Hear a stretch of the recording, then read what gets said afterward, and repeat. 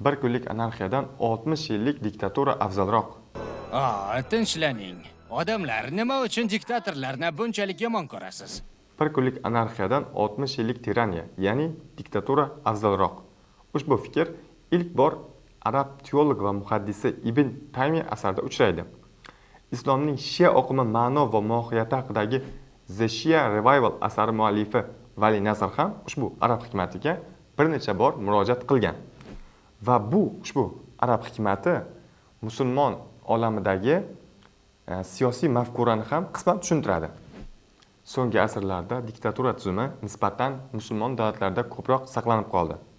Albatta bu Yevropaga demokratiya ancha oldinroq, masalan 1688-1789-yilda, arab davlatlariga esa 1920-1940-yillarda kirib kelgani bilan ham bog'liq.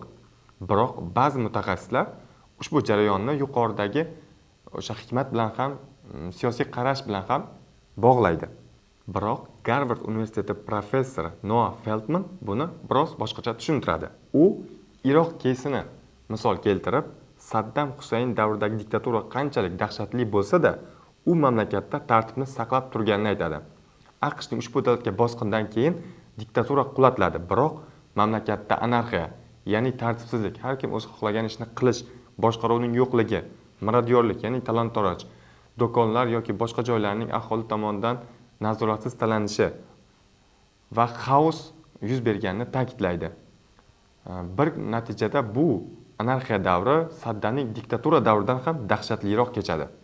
Feldman ushbu qarashga qo'shilmasligini, biroq aslida bu gap diktaturani oqlashni emas, balki anarxiya qanchalik yomonligini ko'rsatishini aytadi.